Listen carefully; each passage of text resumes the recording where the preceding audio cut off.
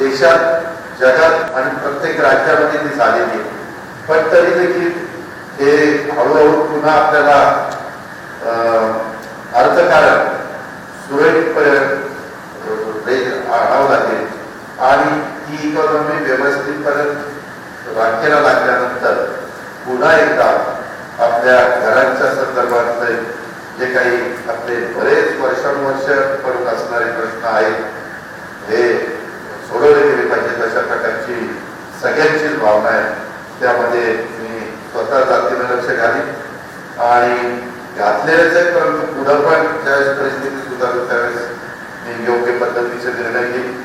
इथून पुढच्या काळामध्ये देखील तुम्हाला कधी काही असं वाटलं की इथं सरकार म्हणून सरकारने अशा प्रकारची भूमिका घेतली पाहिजे आणि ती वास्तववादी असेल, ती व्यवहारी असेल, ती योग्य असेल तर निश्चितपणे त्याच्यामध्ये मी तुमच्या बरोबर राहील अशा प्रकारचा विश्वास मी आपल्या सगळ्यांना त्या निमित्तानं देऊ इच्छितो.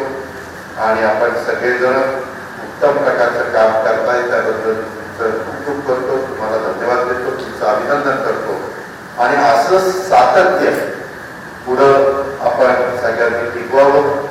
जे जे काही आदेश राज्य स्तरावर येतील, मुख्यमंत्री यांच्या लेवलवर येतील किंवा प्रशासनाकडे येतील, स्वतः गृहमंत्र्यांच्याकडे येतील, त्या आदेशाचं पालन करत आपण पुन्हा या सगळ्या पुणेकरांना परिसराला सावरण्याचं काम करू, उभं करण्याचं काम करू आणि पूर्णपणे आपल्या परिसरातनं, आपल्या राज्यातनं, आपल्या देशातनं या कोरोनासारख्या जो संकट आलेला आहे त्या संकटाशी मुकाबला करून त्याला देशाच्या हद्दपार करूया अशा प्रकारची आपल्याला सगळ्यांना विनंती करतो आणि पुन्हा एकदा अभिनंदन करतो.